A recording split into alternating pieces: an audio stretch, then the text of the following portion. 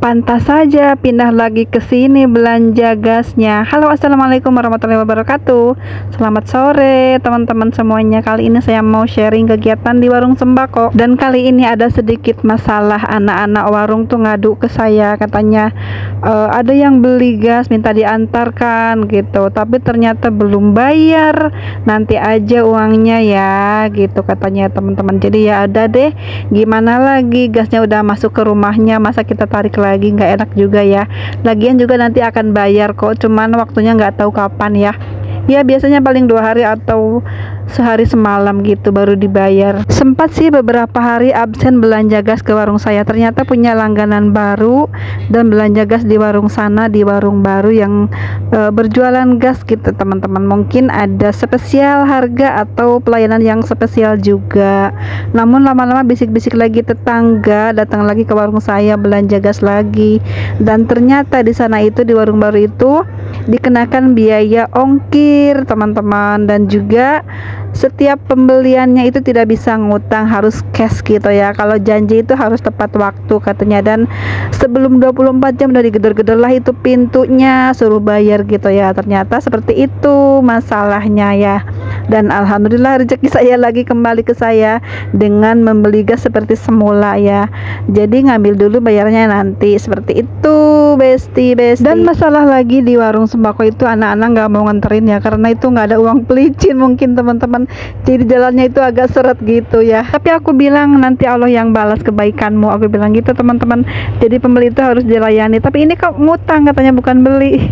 Nanti kan bayar, nggak apa-apa saya bilang gitu ya, karena ini orangnya udah saya percaya dan memang nggak pernah meleset. Tapi memang sudah beberapa kali ngambil tuh seperti itu ya. Ngambil dulu 5 tabung, bayarnya nanti 2 hari 3 hari baru bayar gitu. Dan anak-anak tuh memang harus ada uang pelicin mungkin biar senang nganterin gitu ya. 1.000 atau 2.000 tuh senang banget anak-anak ya. Harus ada pengertiannya dari pembeli gitu. Tapi ya udahlah, namanya pembeli kan raja, harus kita layani dengan baik.